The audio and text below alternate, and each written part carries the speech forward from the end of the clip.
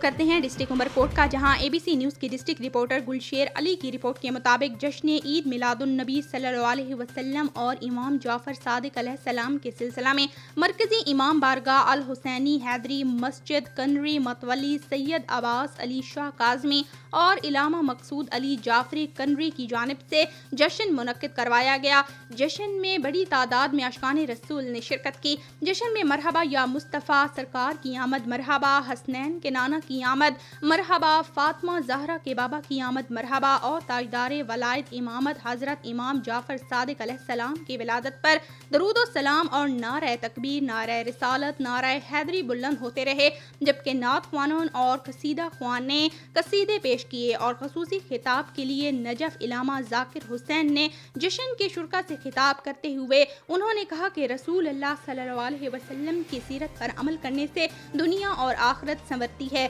حضرت محمد مصطفیٰ کی آمد کا دن کسی عید سے کم نہیں۔